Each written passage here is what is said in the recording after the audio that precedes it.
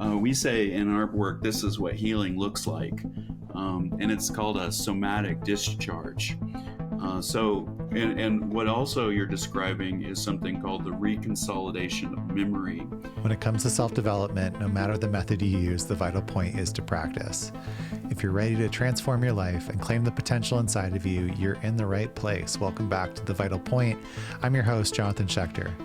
As an integrative specialist and breathwork facilitator, I'm invested in making the dynamic landscape of personal evolution accessible. My goal is to inspire you to take action for yourself.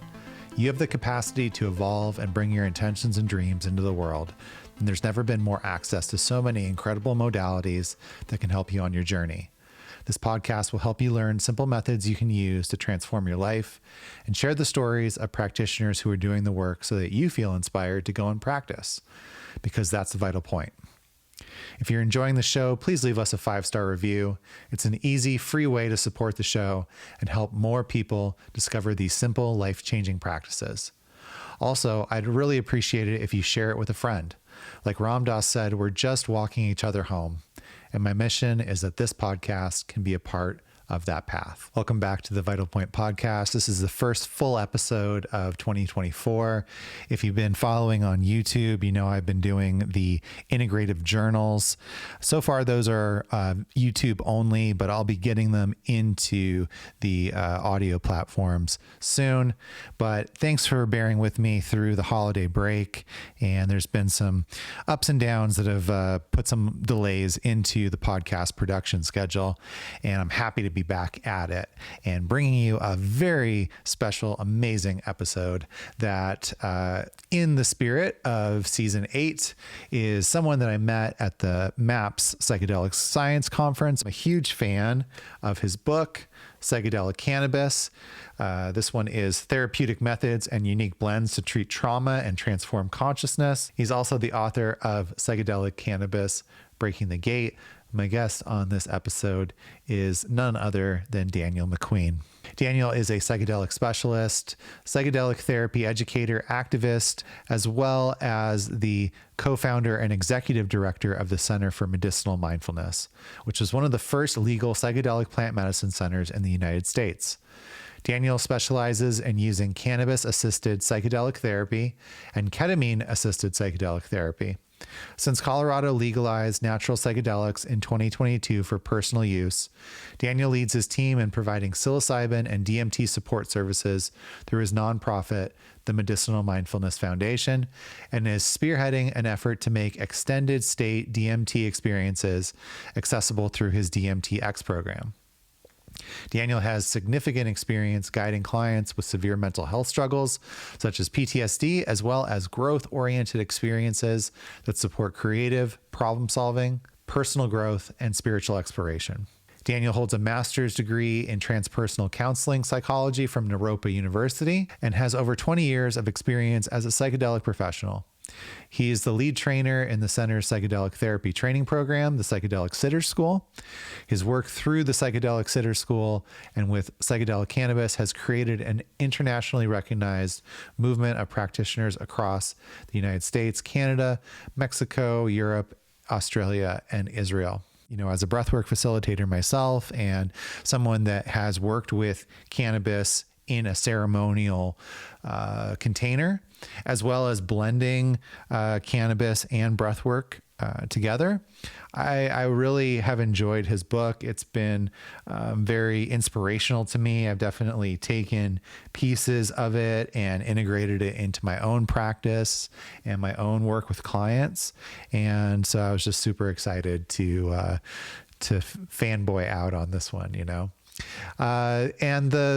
Honestly, the conversation did not disappoint. You know, we talk about psychedelic cannabis, how Daniel got involved with using it in that set and setting. We really dive into using cannabis as a psychedelic medicine rather than as a recreational experience, and talk about some of the most important things to intentional psychedelic work: setting, intention, and dosage.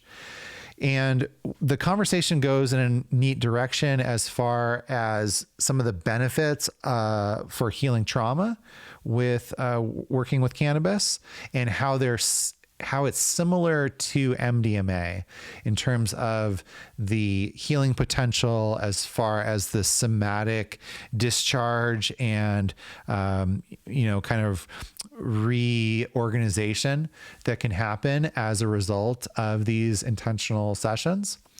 And then we get into the process of holding space, things that you should be looking for and asking when you're looking for a sitter or a guide, as well as things to consider if you are considering going into work in psychedelic service and holding space yourself.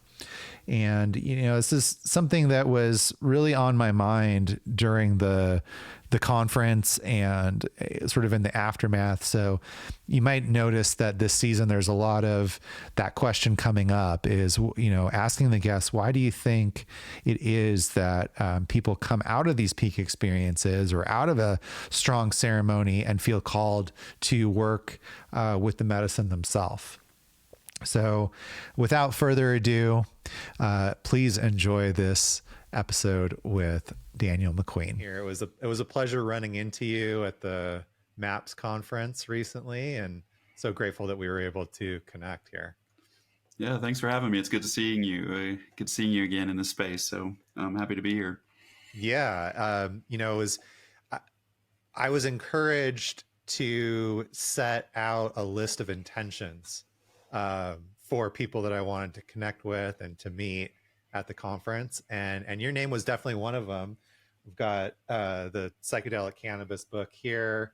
You can see I've got a few earmarks in there because it's really been a pretty special book for me and my work in the last couple of years.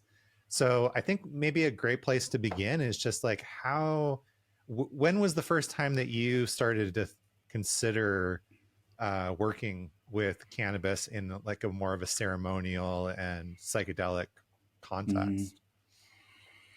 Yeah, I had already experienced cannabis as a psychedelic, but like many people, it felt still elusive and not possible. Like a lot of us have this mindset that cannabis isn't a psychedelic. Like we were talking about, it's more of a recreational drug.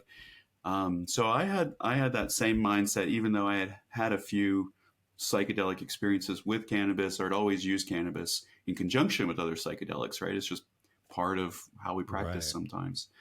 But after I graduated from Naropa, I got my master's in transpersonal counseling, and I wanted to be a psychedelic guide. I was already practicing in a lot of ways, but I wanted it to be in legal settings. And a friend of mine suggested that we consider working with cannabis as a psychedelic.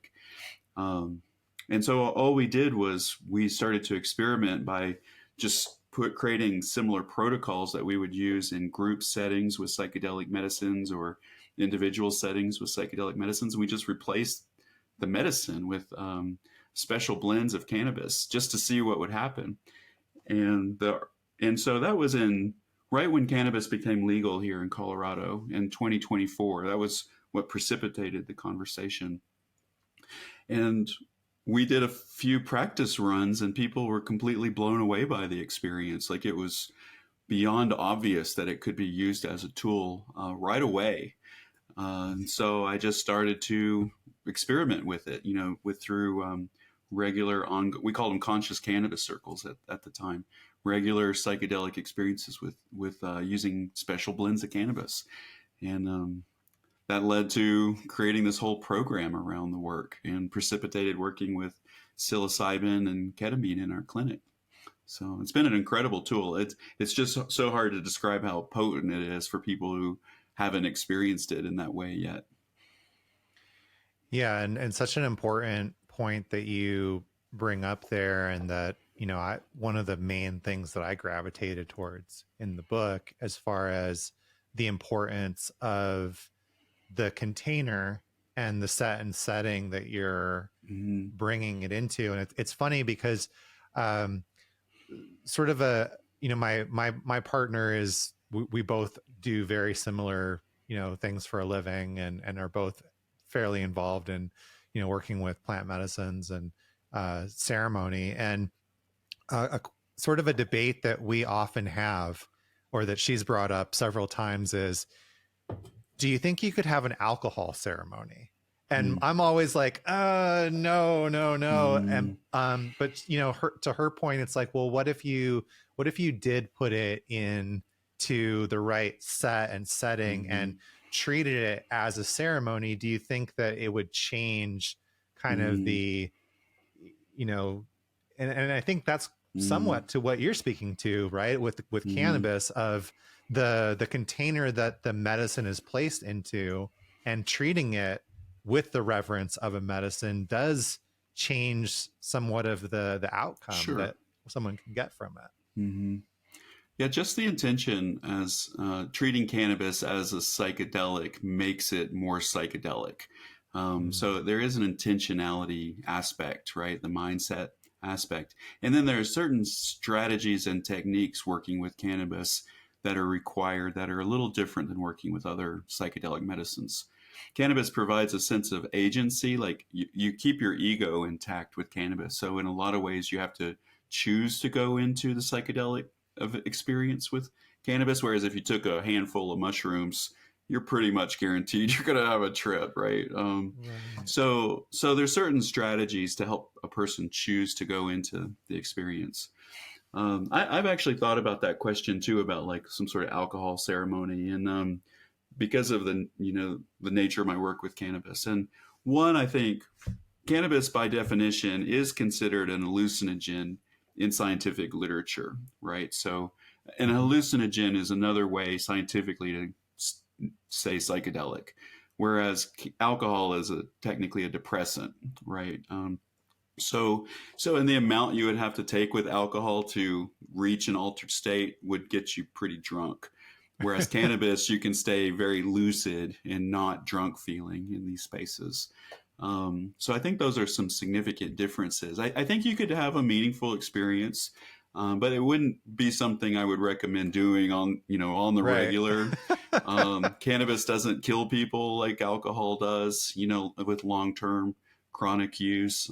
The abuse potential of cannabis is significantly reduced from alcohol, compared to alcohol.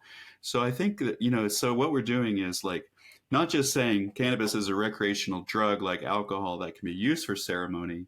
What we're saying instead is that cannabis is a ceremonial tool and a psychedelic that has been used recreationally and has been kind of degraded in our culture as a recreational drug when it's actually more akin to a psychedelic, right? If that makes sense. Yeah. Um, and that also quality makes a difference, right? So if you're trying to have a psychedelic cannabis experience on brickweed that's like full of pesticides and has CBD and low THC content, you're just not going to get there in comparison to like these organic, psychedelic, high potency blends that we're making now because of legalization. So I think it's a valid point, but I think there's like cost involved in using certain substances in ceremony that we would try to avoid, right? As harm reduction advocates. Mhm. Um, could you speak a little bit more to some of those specific strategies that you mentioned That, to, create that psychedelic container? yeah, yeah. One is the blend itself. You want to have a high potency blend of a third indica, a third sativa, and a third hybrid strains. And what that does is what we call it creates like a full spectrum psychedelic cannabis experience.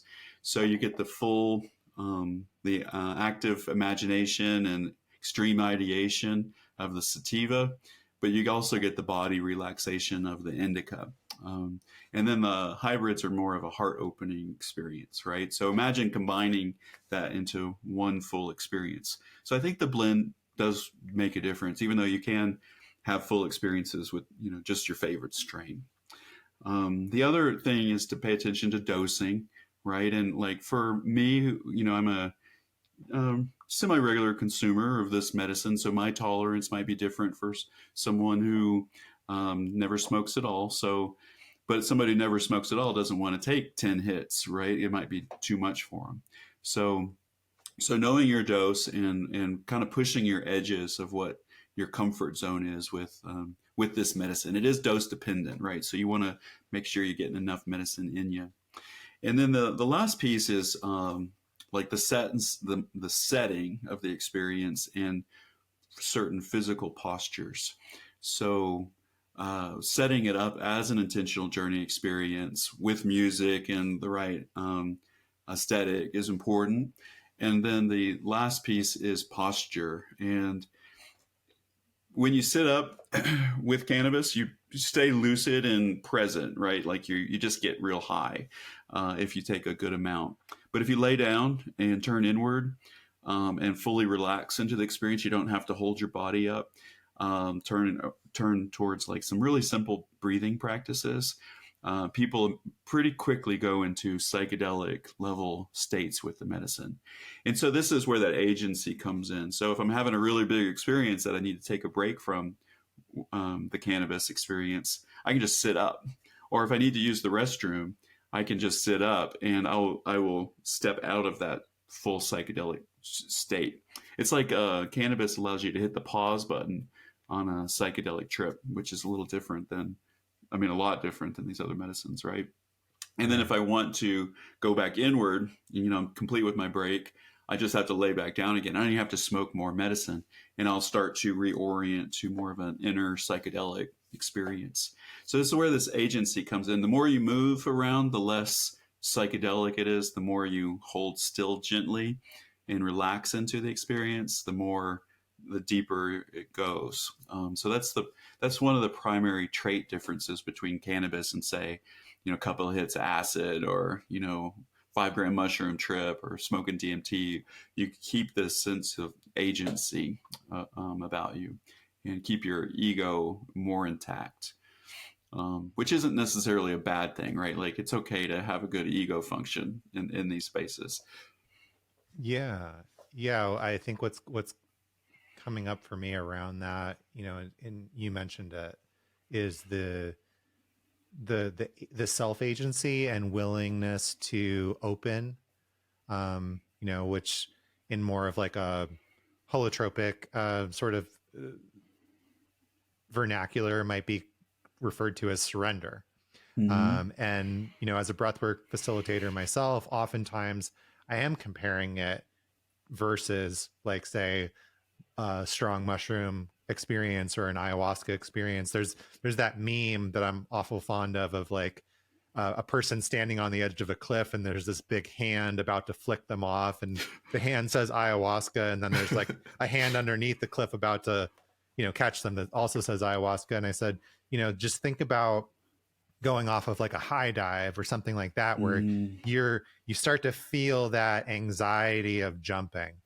And when you're working with a strong, medicine like ayahuasca or mushrooms, you don't really have a choice. Once you've ingested, that hand is shoving you off the cliff, whether you want to or not. Whereas with breath work, and I think what you're describing with cannabis as well, it's really more of that self determination that you have to let yourself open fully to the experience. Right. Yeah. Yeah. So with breath work, right, like the choices are slowing your breath down or just choosing not to breathe, right? It takes effort to step into that space. It's like a workout in some ways. With cannabis, like there is still that allyship, similar to the breath, but imagine the cannabis supports the experience in a way that's similar to the breath work. And instead of flicking you off the edge of the cliff, it more coaxes you off. It more invites you gently to take the plunge, in a good way, but you still have that choice to do so.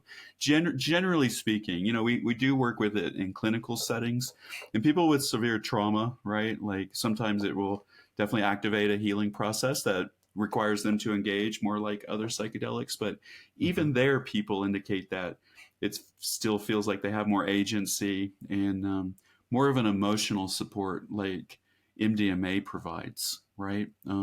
As opposed to like a psilocybin journey, which just kind of flings you into it.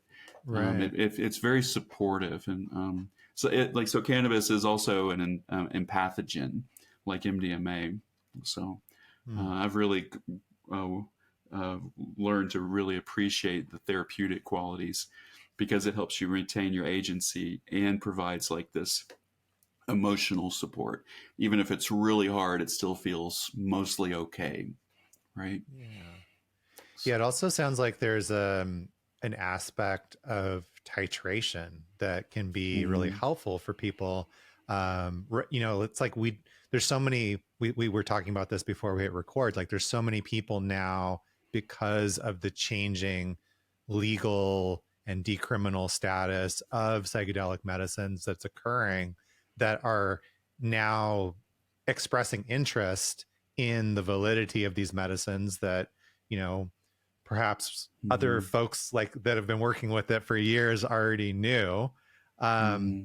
but there's not necessarily, you don't have to just jump into the deep end. Like you don't have to go for the most extreme experience that you can. I think there is a value for some Mm-hmm. people of slowly titrating into it and having these, um, sort of exploratory experiences, because Mm-hmm. being able to fully let go is kind of a skill in itself. Yeah, It's something that we learn and we get better at right. as we come up against those resistances and against that, like the ego trying to kind of hang Right. on sometimes. Right.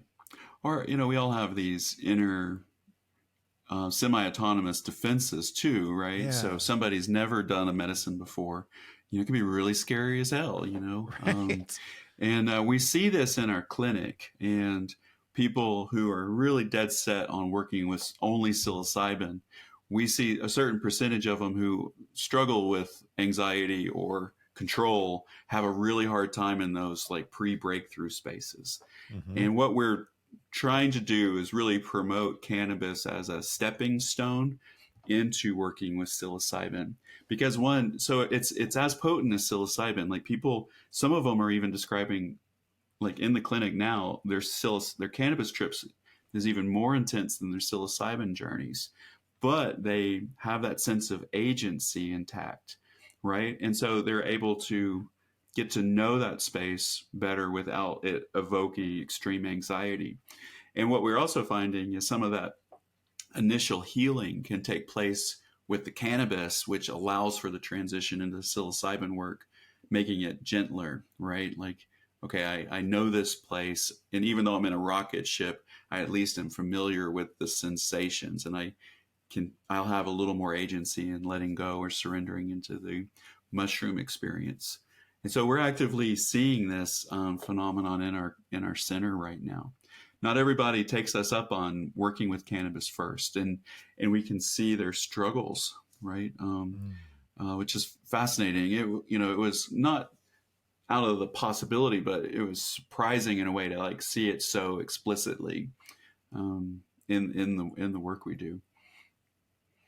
Yeah, I think even before I picked up the book, we had watched some sort of video that you guys put together, just kind of showing the process, and especially sort of the trauma release and like Mm-hmm. shaking, that went Mm-hmm. along with working with cannabis sometimes, and Mm-hmm. that was it was so validating for me to watch that, because as I've begun to work more, and this is, we're going back a few years now, but like when I started to work more intentionally with um, like ayahuasca and mushrooms, there was a period where I stopped using recreational cannabis. And then when I Mm-hmm. came back to it, it was so potent and Mm-hmm. so like much more intense. And there were a few times where one of the first things that would happen was like, I remember this one time, like I had just smoked. I was really just completely overwhelmed by what was happening. And I had this real distinct memory of something that happened to me as a teenager come up. And then I started to shake. Yeah. And rather than going away from it or being like, what the hell is happening? Mm-hmm. I laid down on the floor and just surrendered to it and like let it just move through me. Yeah. And there were a couple of things that came out of that. The first one was remembering that I used to do the same thing as a kid just thinking I had like a stupid human trick or something that I knew how to do. Like I had no idea that as a child I had developed this sort of like trauma coping, mechanism. But then Uh, really like leaning into that and being yeah. like, oh wait, this is a resource. And then Yeah. when I watched your guys' video, it was so affirming and validating, and Mm-hmm. something that I share now in my work of like, hey, like if this Mm-hmm. starts to happen, let it happen. Like Yeah. go with it. It's Yeah. not something to be afraid of. Yeah. So I appreciate that. Yeah. No, right on, man. So this is what the human body does, like the animal human body does to discharge real trauma. So it's not just coping. It's actually, Yeah. we say in our work, this is what healing looks like. Right. And it's called a somatic discharge. And what also you're describing is something called the reconsolidation of memory, which is common in MDMA assisted psychotherapy. And there's a neurology to it, but basically, difficult experiences get stuck in our brain in the wrong place. And what MDMA does and what cannabis also does is it softens the amygdala so that those memories can be reprocessed through our frontal cortex and awareness so that they can be put in the right place. And that's called the reconsolidation of memory. And so cannabis does this too, is that it amplifies our access to previous memories that were not properly processed. They're all like just right there about to pop, right? And when they do pop, that's called a flashback or post-traumatic stress episode, right? But in these containers, it's done in a way that allows for a healing process.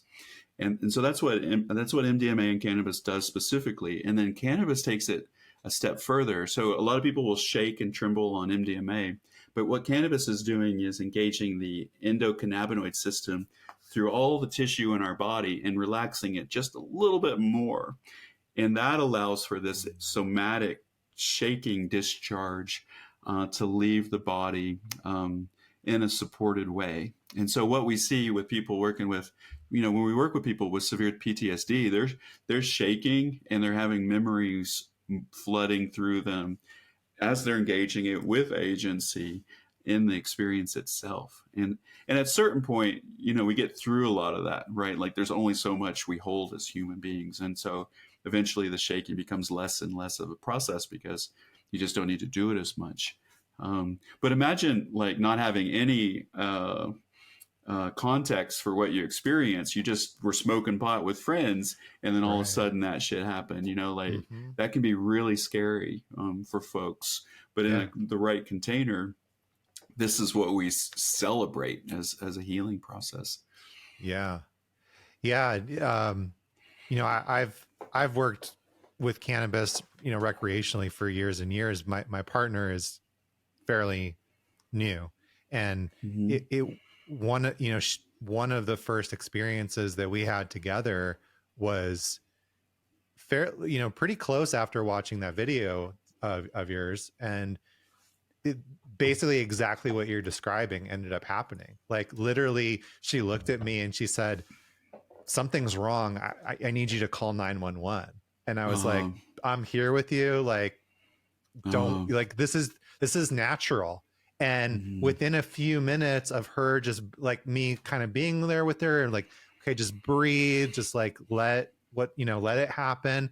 And she started to shake, Mm-hmm. and I think one of the things that we've talked about in since then is how both of us have experienced trauma in the medicine space, that we've had to like work through and process since. But Mm-hmm. there was a marked difference. Like there's no trauma around that experience for Mm-hmm. her, even though it was really challenging, right? Like Yeah. she literally wanted me to call the ambulance for Yeah. her, Yeah. and so to be able to like actually have seen that full cycle to completion Mm-hmm. and walk away with a positive experience of it. She felt better from it. Yeah, Mm-hmm. yeah, Yeah. absolutely. So it was like, Yeah. just kind of goes to show what you're saying in terms of like Yeah. the healing potential of cannabis with the right set and setting. Yeah, yeah. Well, you know, so you're familiar with breath work and Groff's work, right? So Hmm. one of what he says is a symptom is something halfway out, right? And Yeah. so that's what's happening is that whatever that was suppressed and stored in the body because we just didn't know what to do with it at the time finally creates this it like the cannabis creates just this opening for it to complete whatever process it needed to complete. And so it's actually the opposite of trauma. It's like the resolution of trauma, but Right. because it's a symptom halfway out, whatever the injury was, it looks like you're re-experiencing it, Yep. right? And so that's what makes it scary. But with MDMA again, or again with cannabis as a kind of a plant-based and pathogen, it provides this extra layer of support to allow you to be okay enough to engage it fully. And so that's how cannabis is a primary ally as a healer. It does something in addition to like just breath work would do or something, right? There's an allyship in that space with the medicine. So that's good. You know, unfortunately that, you know, like there's nothing the paramedics would have been able to do in that Right. situation, you know, like but we get, you know, people call 911 because they've taken too much of an edible all the time because Sure. it's scary as hell. They think they're just going to get really high or Yeah. intoxicated, and what they do is they're tripping and I um I had that and experience getting sick. myself. Yeah. Yeah, no, like I had been completely sober for 7 years, and somebody gave me a brownie that they made, and it was Yeah. tiny. I mean, it was like, and I, ate it and literally had this experience where for a few hours I was convinced that they had put some sort of LSD or Mm-hmm. something else in it because I was having such a powerful experience. Mm-hmm. Um, and yeah, like Mm-hmm. I can see how people kind of go with that fearful Yeah. response. Well, imagine taking twice that amount of brownie if you had like done what most people do. It's like an hour later, it's like I'm not really feeling Right. it. I'll just take another one, and then Right, that's when right. people get really sick, you know. But it can be as potent as LSD. Yeah, and I think the other thing that you're kind of speaking to there is the interoception, right? Like it's the way, I think that's Mm-hmm. it's what's been alive in my work a lot lately is like it's not just being able to feel the feelings that are coming up in the body, it's being able to separate and decouple the feeling from the meaning that the Mm-hmm. mind is like automatically assigning to it based on past Mm-hmm. experiences. So Mm-hmm. yeah, that's when traumatic things are coming up. Of course there's this reaction in the body of like, no, this isn't safe, I don't want to Right. experience this again. Right. And so I appreciate what you're sharing in terms of the cannabis or the MDMA kind of helping to soften Yeah. those feelings and make them more accessible. Yeah. And having a guide in the room really helps in those moments. I think that's really where a guide is one of the most essential places is to support someone who's, you know, hits an edge that's really hard, right? Mm. Because we can help soften and normalize, right? Normalize. I understand you're struggling right now, but this is what healing looks like, and to have confidence in that, and Yeah. support with techniques that can help them stay with it. Yeah. Yeah, so that, I think that's a great sort of segue there. What are some of those techniques that a guide could help somebody with in terms of psychedelic assisted therapy and support? Yeah, right. Well, for me, I developed a protocol like, through our training program called mindfulness based psychedelic therapy, and that was just to give it a name of what we were doing. And because it's mindfulness based, one of the things we speak to is the presence of the guide is really one of the most important aspects of being a guide, right? And a lot of interventions are silent just by staying calm in a big process and staying well regulated in your own nervous system. Gives the client permission to stay with their experience more, right?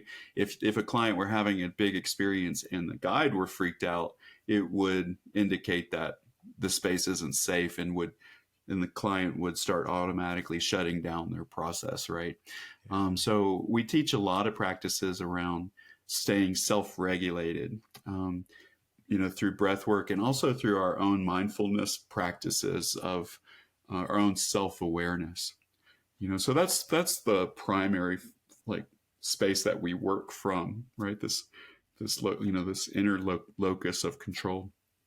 And then within that space, one, just like making sure the person's taking the right amount, making sure they're comfortable and feel safe, making sure they're, like if they need help going to the bathroom, just like a gentle act of service, of kindness. That really goes a long way, because a lot of people have never experienced this level of just simple human kindness before. And then the last piece would be the intervention. So some would be, like you mentioned, titrating, helping someone stay with something and then softly take a break from it, go return to it, softly take a break from it, right? So titrating, reminding them to breathe, because the breath is our greatest ally and we sometimes forget about it. And then there's like maybe experiments. Like from Gestalt, we talk about like, hey, you want to try something on? And like, I see you're struggling with this piece. I might have a strategy for that. Would you like to explore that with me? And a lot of times people are very open to suggestions like that, So I think it's a combination of presence and skillful interventions, but only when they're required to support someone who's kind of stuck, right? Yeah, such an important point there, right? That we're ultimately there primarily or at least first, I should say, to hold the space. Yeah. Call it like being a second nervous system. Yeah. Ooh, I love Just help that. run the energy moving through. Like we just take on a little bit of the psychic charge, so to speak. So, stay with it, help people just stay with something that would otherwise be overwhelming. Yeah. Yeah. So for people that are like wanting to have these experiences, what are some questions that they could ask to a potential sitter or guide? Or what are some things that they could consider when making that decision? Yeah, that's a great question, because there's a wide range of people that all use the title guide, right?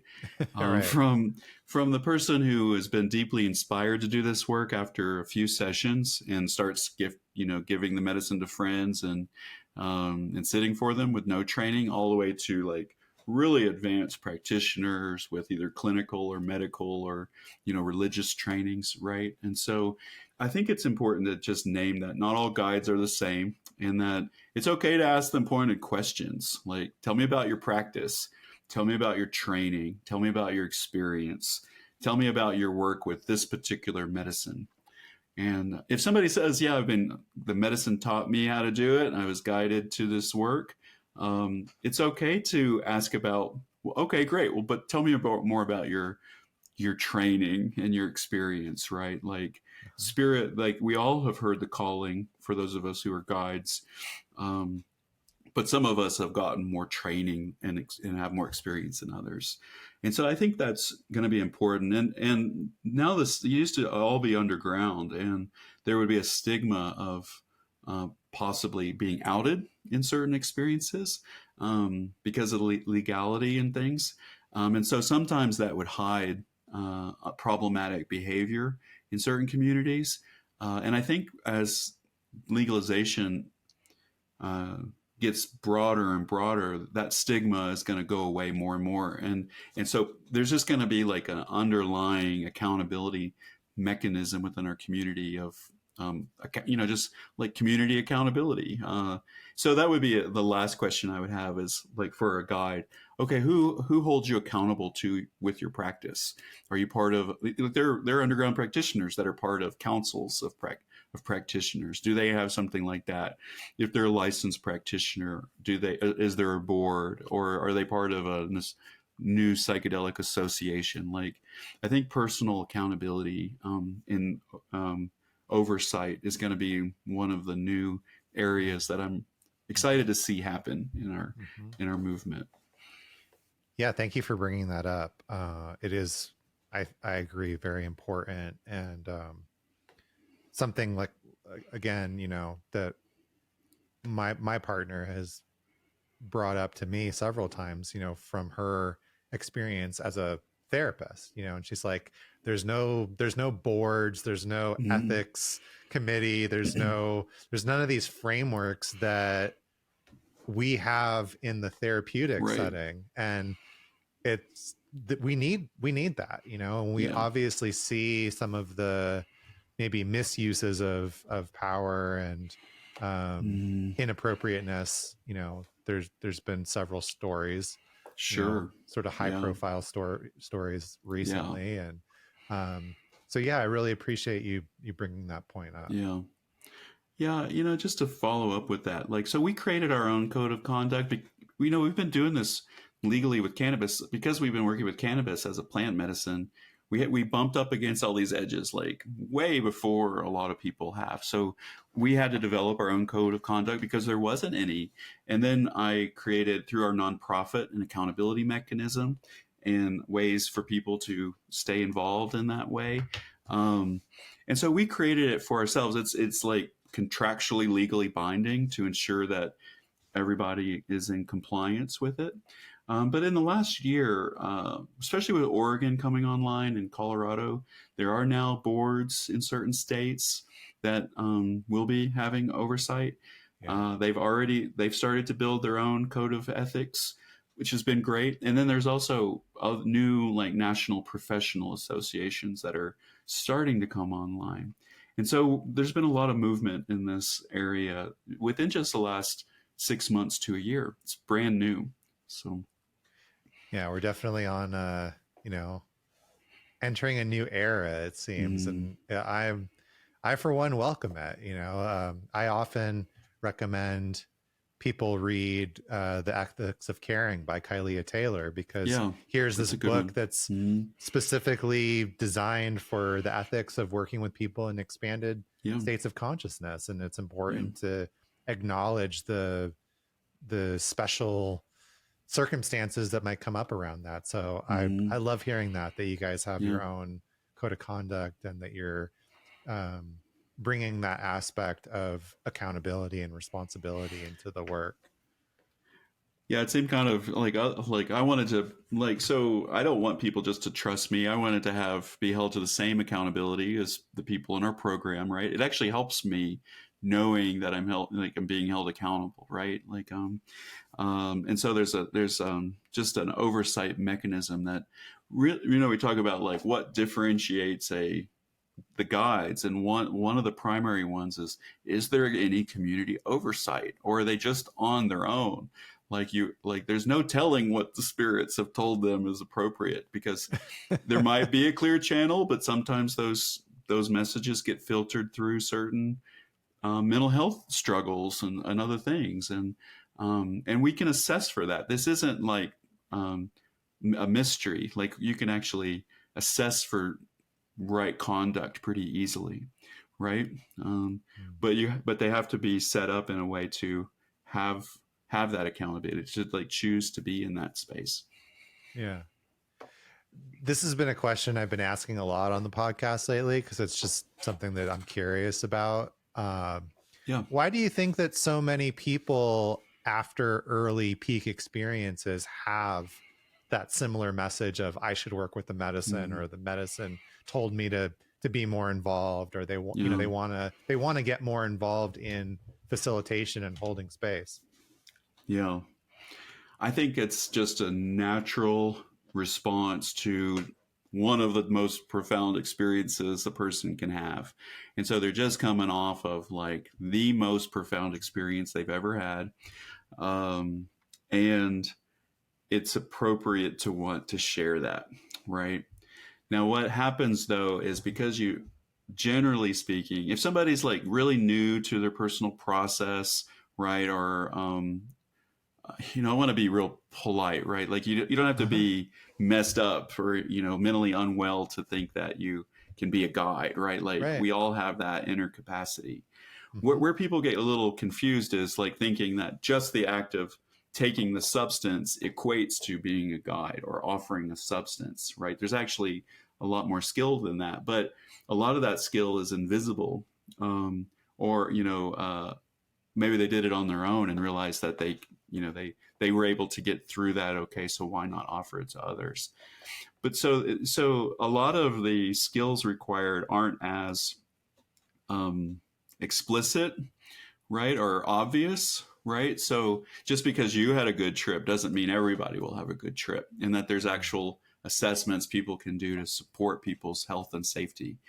Just because only 1 out of 100 people have a crisis doesn't mean it's not going to happen to you, right? Like crises will happen the longer you're in this work, right? So there's just education and training involved that's not always obvious, right? And then there's a certain smaller percentage of folks that we're stepping into, like delusions of grandeur, narcissism, and psychosis, right? And those are the folks that we have to be really careful around, because we don't want folks who are way out of alignment working with these medicines. And I think sometimes these medicines can elicit delusions of grandeur in certain people, small percentage of people, but still enough to be problematic, right? And so the mushrooms telling you to be a guide just isn't enough, right? So I can have a religious experience and God will tell me, hey, you're supposed to be a doctor, or hey, you're supposed to be a lawyer, right? I can have a religious experience, or an accountant, or whatever, right? That doesn't mean I can just skip going to med school or skip going to law school, right? Why do people, there's like a glitch there to assume Right. that people can just jump into being a guide without some sort of education, Mm-hmm. That works to a certain degree, but it's got to be based in reality too, right? So I think it's a natural impulse that's sometimes misunderstood.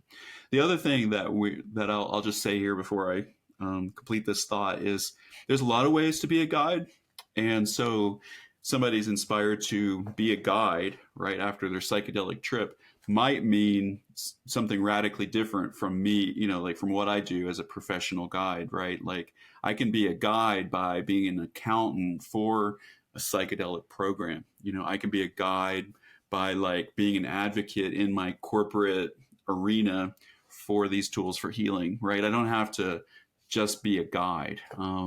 That's not for everybody. I would say, with our clinic and our training program and everything, only a certain percentage of people who choose, are called to be a guide can actually have the skill set and the wherewithal to step right into being a guide. Like this, not everybody can do it, at least right away. Some people need a lot more training than they think they do, right? Mm.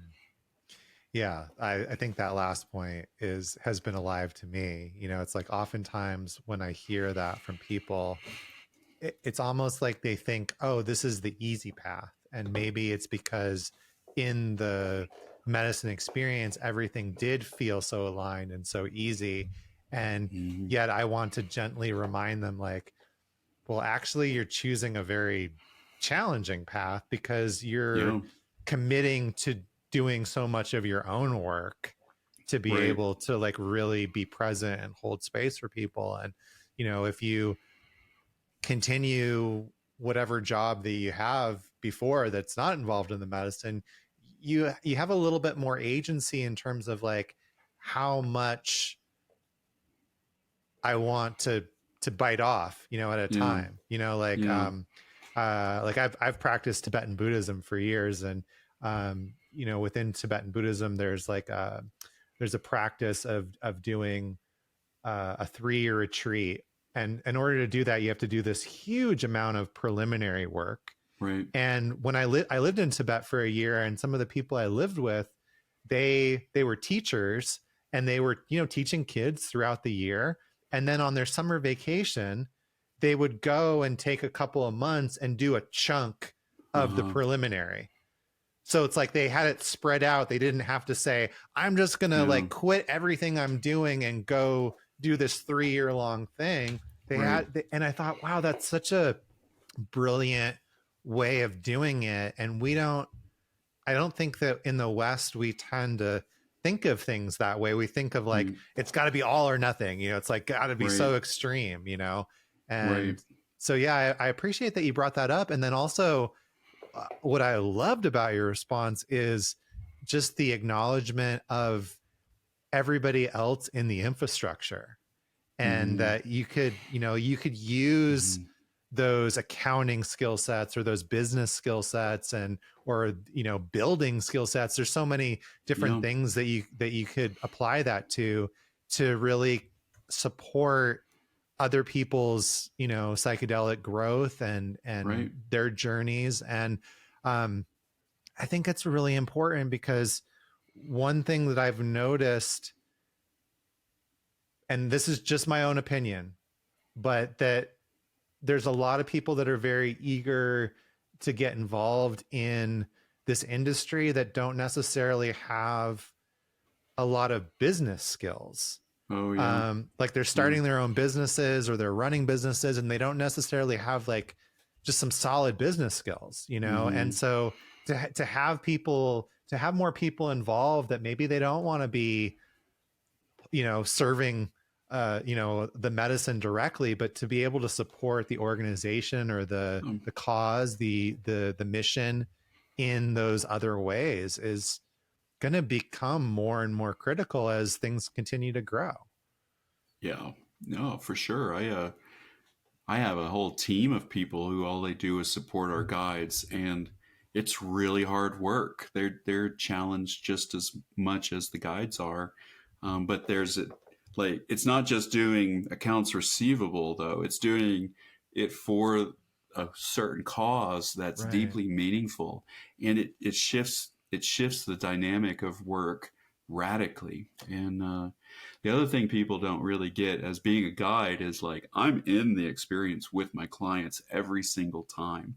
And so like that's like being like tripping on a very ongoing basis even without taking any medicine. And that if you're not ready for that level of transformation, it can crash a system, so that's something people don't realize. There's a big difference between giving shrooms to your buddies on occasion and doing this every week, right? With no Yeah. end in sight, right? Like this is the job, right? Like I want to do this for the rest of my life. That is the job. And then the other piece I'll just name is most of our guides aren't doing it full time. The professional guides aren't even doing it full time. So how would you expect to make that big abrupt shift from accounting to guiding without any sort of transition, right? It's just Right. too big of a jump. So, Yeah. these medicines, they show us the full picture. And then through integration, we have to say, okay, of that, I have to bring it into a linear step by step path as opposed to just trying to eat the whole apple in one bite, right? It's just not going to work very well.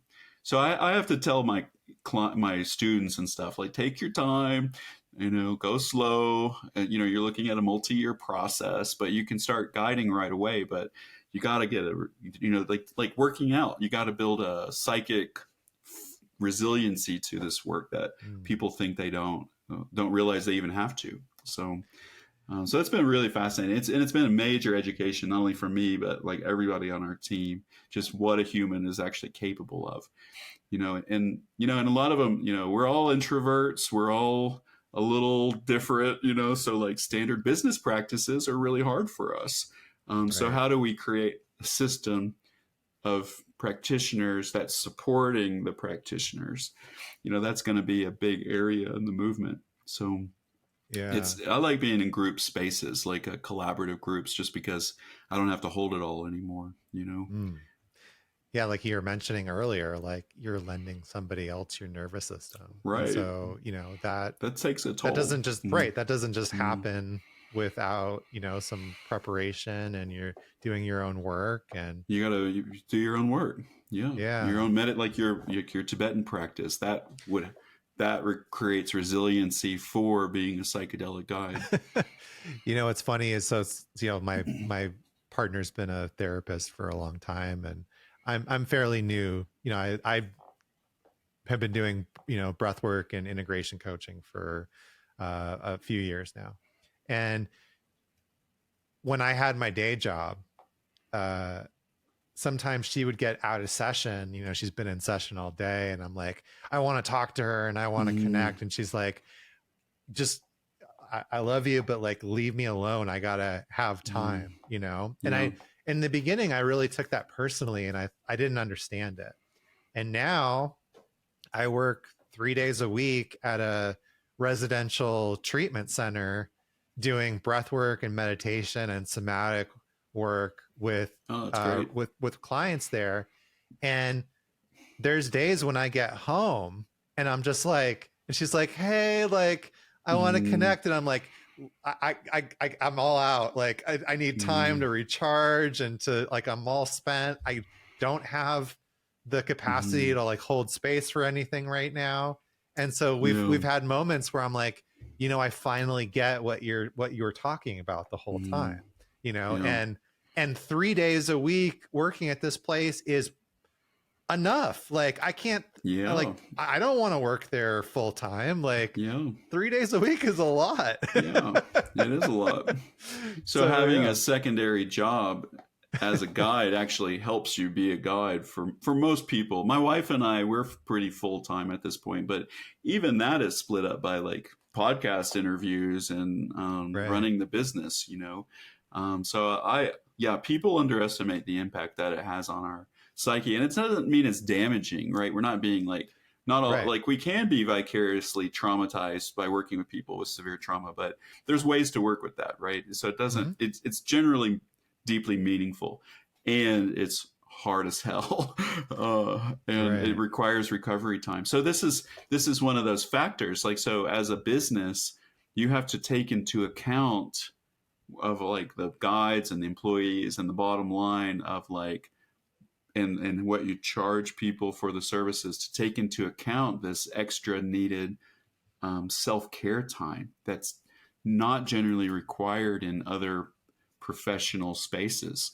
Um, it's just it's I don't know, like the energy I equate it to is like being a emergency medicine doctor, or like we like really high stress, um, real brief periods of intensity with some spaciousness, but still a big process, right? It's not a normal job, or like a firefighter or a paramedic or something like that, right? That, Yeah. to me, that's what more of being a guide is more equivalent to, right? We got to get our guides some fire poles to slide down before ceremony. Yeah, right. That would be fun. That would be perfect. Slide. It was like like in that movie, Pulp, or what was it, Fight Club or whatever, where the guy sees the penguin and he Oh tells him to yeah. slide. Slide. Yeah, totally. Be Uh, a good way to make an entrance. right? Yeah. A good sort of like mental cue also. It's like, all Mm-hmm. right, going down my Mm-hmm. guide slide. It's like you're See? holding on and letting go at the same time. It's a good analogy. It's a good Right? analogy. I love it. Yeah, the guide Uh, slide.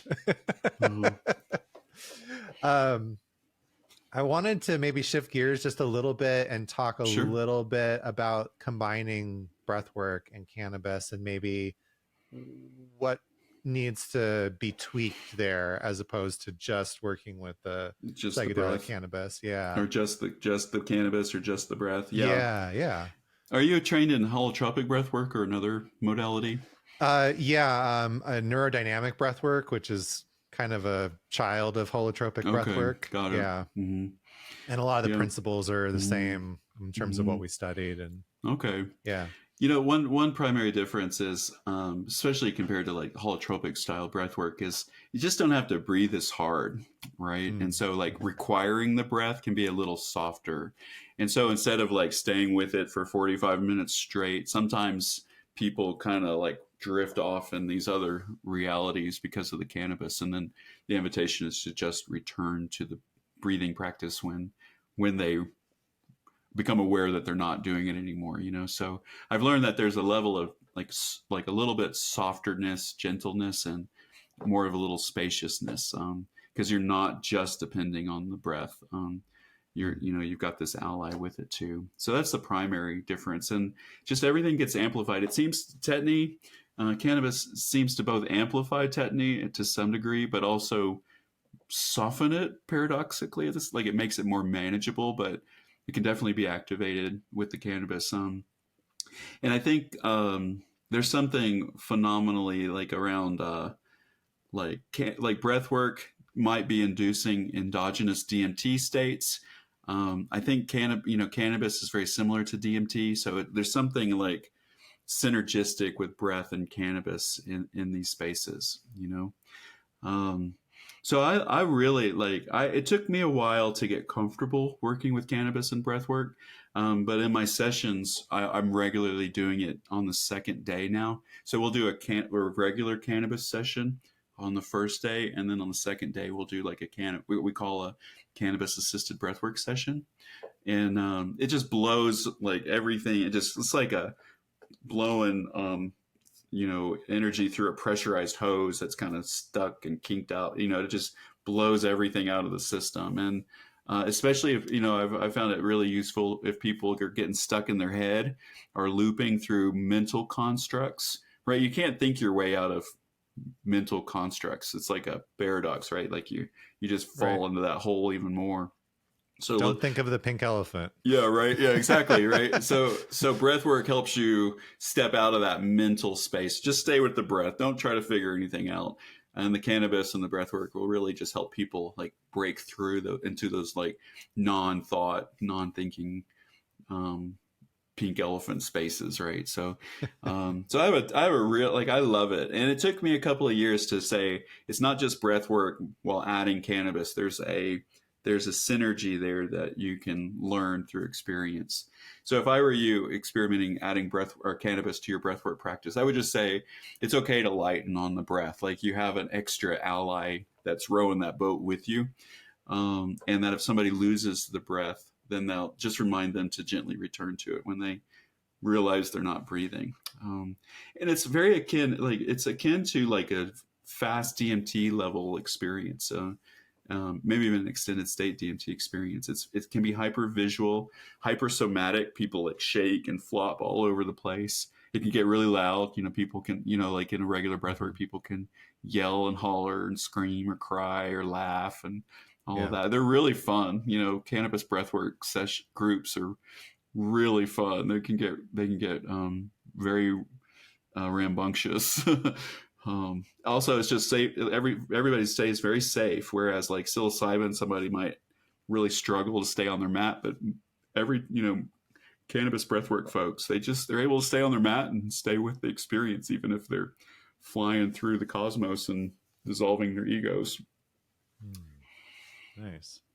And where would you sort of advise people that breathwork, like how to fit a breathwork practice into preparation or integration? Is it something that you sort of have a protocol with, or as far as like maybe sequencing, like maybe somebody that's interested in doing deeper psychedelic work, could breathwork fit into sort of a preparation and integration protocol?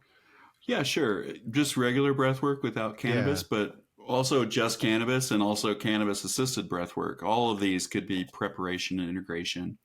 And so what we were talking about, like cannabis or breathwork as a stepping stone to bigger medicines. One, you retain your agency, but you still have a full altered state experience. So it's a wonderful get to know this space before I fully commit.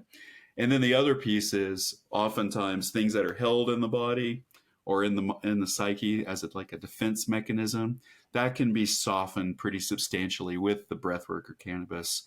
And so it's not as triggering or as hard in the big medicine experience, right? And it can also help form your intention for the big medicine experience. It's like just give you greater insight of what you want to work on with the big medicine journey. And on the post side of it, the integration side of it is, man, like sometimes with that big psilocybin journey or ayahuasca retreat or whatever, it's like you got through most of it, but there's still that 10% that's still hanging on, that's holding on.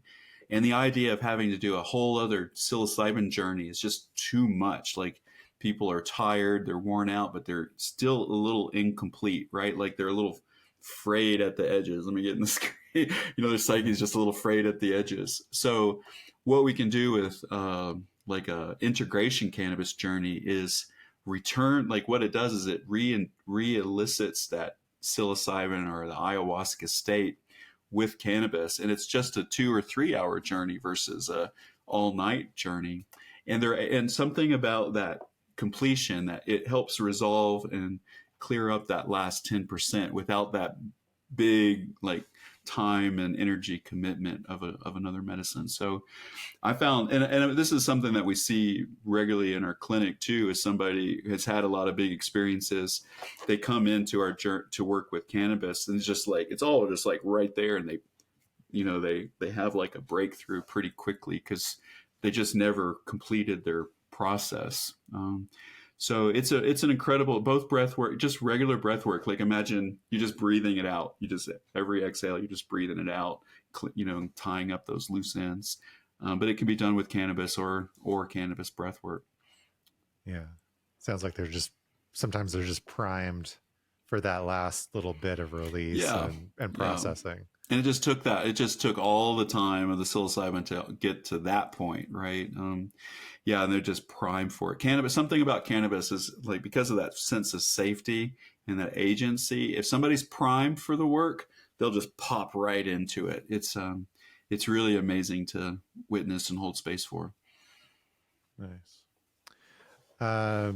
So, the name of the show is The Vital Point. And I like to say like my vital point, although there are sort of many vital points that come up, but my vital point is like, regardless of the methods that you're practicing, the most important thing is that you have to practice it.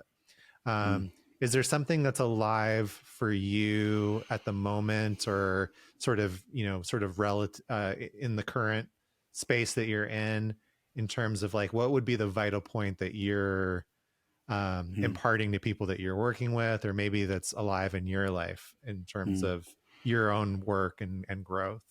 Mm-hmm. Gosh, man, that's such a big question. I love it.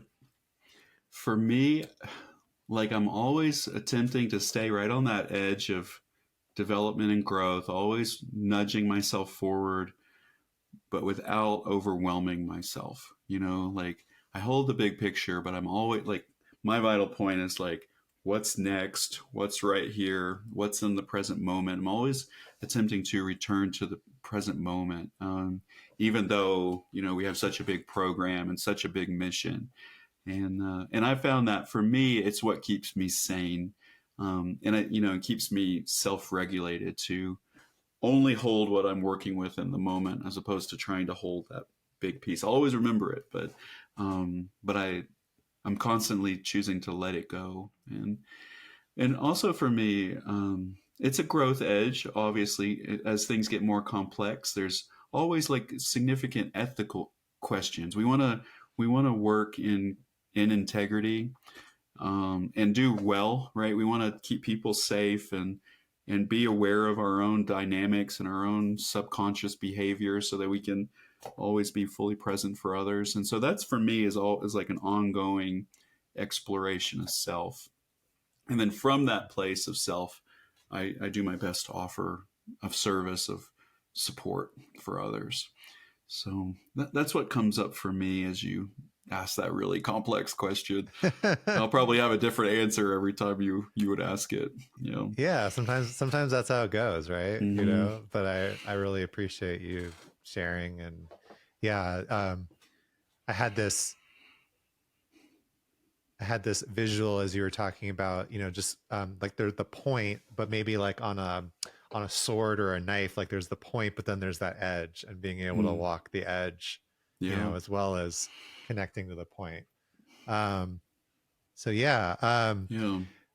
Well, I would definitely say that for those listening or watching this podcast, I can highly recommend this book, Psychedelic Cannabis. It's been super informative for me, like with my interests and my work, but also I think that there's a lot in here that is applicable to just psychedelic work in general. If you're, Mm-hmm. especially if you're new to this type of stuff. And, you maybe when we're talking about preparation or integration, you're like, well, what is that? One of the things that I liked the most in the book, and I've adopted it in my own way, is, that you mentioned not only set and setting, but the skills that you bring in, because the skills can change your set and setting. They can really have an impact to your experience. So, things incorporating things like mindfulness and somatic awareness and, all the things that can really help to modify the benefit that you're getting from these medicines in a really positive way. So just really appreciate this book, and appreciate your time being here.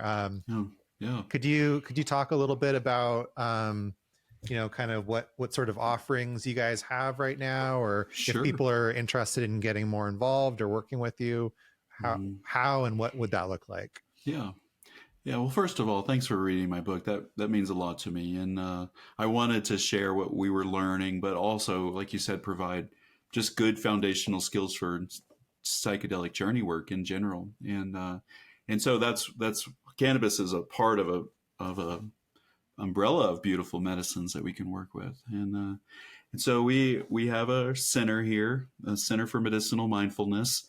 It's a working psychedelic therapy center, and you can learn more about that at medicinalmindfulness.org. We host people from all over the country pretty regularly, flying in for week-long retreats. And then I have a program called Psychedelic Sitters School, psychedelicsitterschool.org. And we're training people how to work not only with cannabis, but also ketamine. And with the new laws here in Colorado, we're stepping into working and teaching with psilocybin mushrooms and also DMT. So we have a very holistic, broad training program. And then if you want to learn about other programs, dmtx.org, that's another program that we haven't really talked about, but very interesting for those of you curious about working with DMT. So that's how I would connect. We do online and in-person conscious cannabis circles monthly. So wherever you are in the world, as long as you have an internet connection, you can join one of our conscious cannabis circles. And that's like, if you don't believe me, cannabis isn't a psychedelic, but you're curious enough or open enough to at least just give it a try, that would be the best container to do that in. And we tell you how to get, what medicines to get, and guide you through the whole process, even online. So those are fun ways to connect with us. Nice. Yeah. I'm going to check one of those out. Please do. I sort of made a conscious decision that I wanted to go deeper with the cannabis and the breath work. And I have my fingers crossed that we'll be able to do like a part 2 at some point and talk about the DMTX project, because there's definitely really intriguing stuff there. And, but I was like, breath work and cannabis are so important to me. And I just, I had to make I just had to make a choice. No, I get it. I get it. Me too. Cannabis is like, as an advocate for cannabis, it's undervalued. And to me, working with all the medicines, it truly is, especially combined with breath work, it's the most healing of all the medicines. I really believe that. And it has an important place. So I'm really grateful that you didn't just get interested in the shiny object of DMTX, but this is the working medicine. This is the one that's going to really help, millions of people as quickly as possible. So it's important. It's good, important. Yeah. Well, for those that have been listening or watching, can't recommend that book enough. And Daniel's other programs, definitely check them out. And, whatever the work that you're doing, just remember to keep practicing it. Right. That's the vital point. Keep going. Keep going. Stay with it. Stay with those challenges as well as the high points. It's all part of the journey. And these medicines are there to help support you through that. So just keep practicing. That's the vital point. I sincerely hope you found value and inspiration in this episode. If it struck a chord with you, I'd be incredibly grateful if you could just take a moment to leave a review. It's a simple, cost-free way to show support and help more like-minded people discover the show. Also, make sure you sign up for my newsletter at bluemagicalchemy.com to be the first to get updates, exclusive content, and insights delivered straight to your inbox. It's a fantastic way to stay connected and keep the learning journey going. When you sign up, I'll send a free guide to using breathwork for integration as a way to show my gratitude for your support. If you're ready to dive deeper and begin working together, I encourage you to reach out to me through my website or one of my social media platforms. I am Blue Magic Alchemy, basically anywhere you can find me on the internet, most of the major social media networks.